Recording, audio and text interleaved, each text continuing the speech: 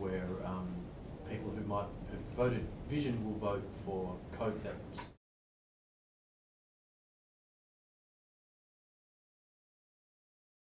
I fear that Gregor is 6 years too late, and apology is nothing but empty words. What I believe voters want to see is action. When the Living Wage Coalition approached Gregor, he turned them down. The excuse is that union contract agreement doesn't allow that. But then they renewed the contract last year. The workers still didn't get a living wage in Vancouver, where now, New West, the city has a living wage. So for me, that's unacceptable. And again, I stress that it's 6 years too late. He should have taken action, and he failed that portfolio himself. And begging COPE supporters to vote for Vision, that's really, I think, is a desperate act. And to be honest, I talk to people, and people very disappointed. They have supported Vision, hoping that Vision will be more progressive, will build real affordable housing. And after 6 years, what they have seen is more development, condo development, and less affordable neighborhoods. Granville Woodland, Marpole, Downtown East Side, West End, those are just few neighborhoods that we talk to that voters are very, very disappointed and frustrated with the lack of consultation, lack of respect for the neighborhood plan that's already in place. And to have a high density, high residential,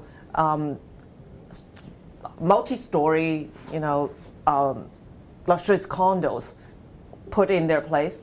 Mount Pleasant is a very good example with the Rice luxurious condo, where the neighborhood Mount Pleasant said that we don't want that. That doesn't fit into our neighborhood. We want more affordable housing.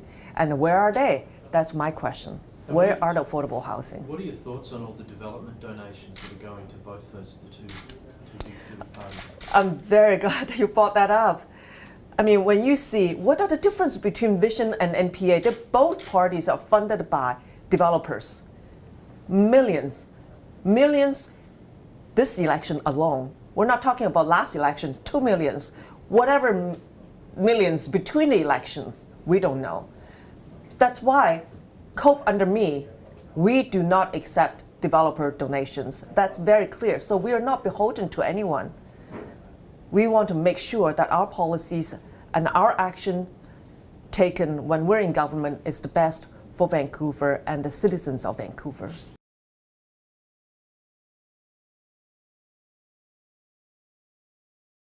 I mean, I question, what does progressive mean? Where are the living wage?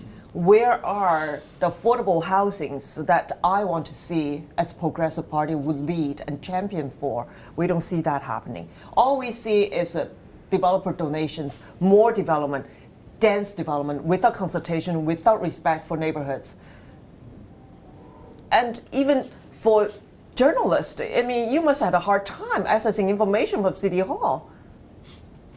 You have to file freedom of information in order to get anything from out of City Hall. 33-member corporate communications department, salary alone is $2.2 million. And yet they throw $400,000 to kids' hot meal.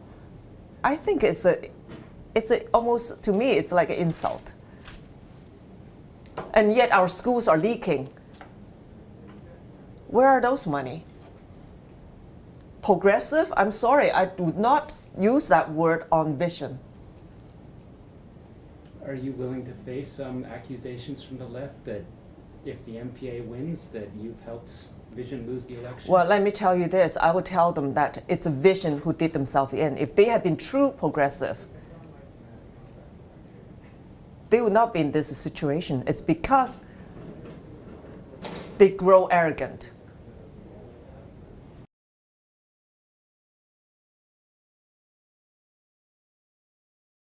I don't think it will ever be as many lawsuits as Vision got ourselves in. 15, 16 is going on. They're suing Kurt LaPointe now.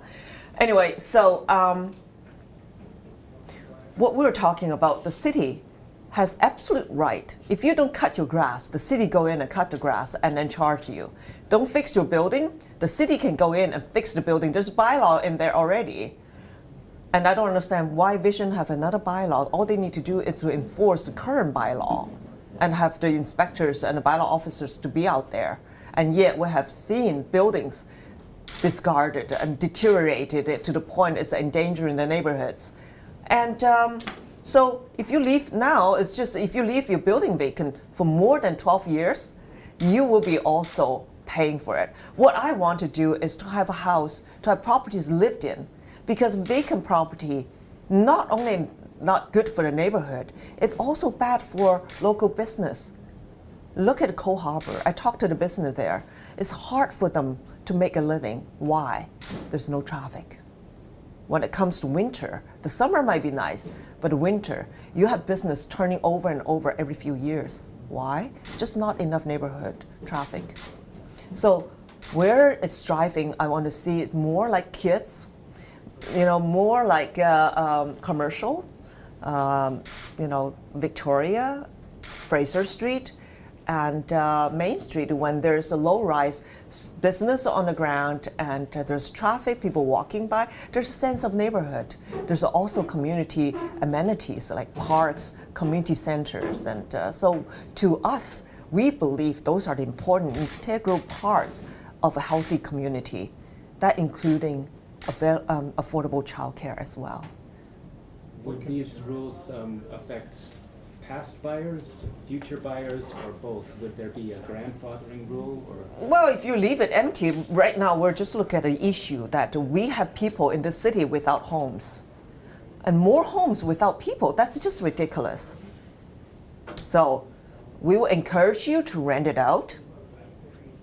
And that's why we want to set up a housing authority. Cope's Housing Authority will ask homeowners to register. If you buy a car, you own a car, you register your car, how are you going to use it, right?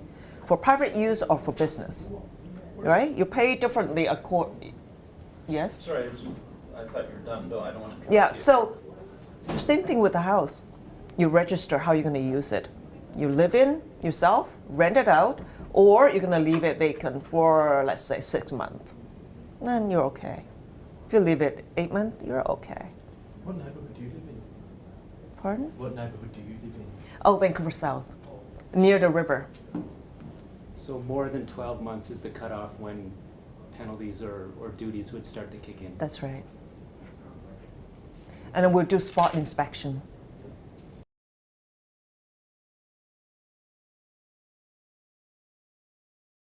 It's a decision of the voters, and I do want them to remember that Vancouver changed a lot. If they want to make history, this is a chance they have.